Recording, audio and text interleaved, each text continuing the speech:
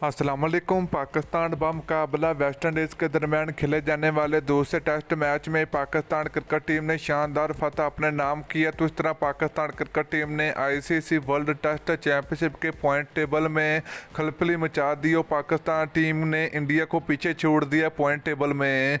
तो दोस्तों, ICC world test championship के पॉइंट टेबल में कौन सी बड़ी तब्दीली हुई और पाकिस्तान टीम किस नंबर पर मौजूद है, आज किस वीडियो के अंदर आपको मुकम्मल तफसील आप लोगों को मिलेगी। तो दोस्तों, उससे पहले अगर आपने अभी तक इस वीडियो को लाइक नहीं किया तो वीडियो को लाइक करें, उसके बाद चैनल को सब्सक्राइब करें और बेल आइकन जरूर अनेबल करें ताकि आप लोगों को मजीद क्रिकेट की वीडियो मिलती रहेगी।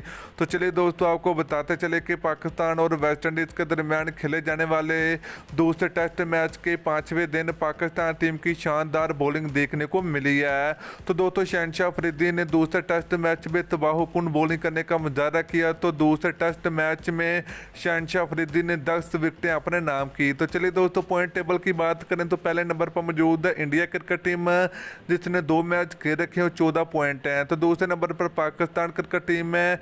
तो पाकिस्तान क्रिकेट टीम ने भी 2 मैच खेल रखे, पाकिस्तान क्रिकेट टीम के 12 पॉइंट हैं।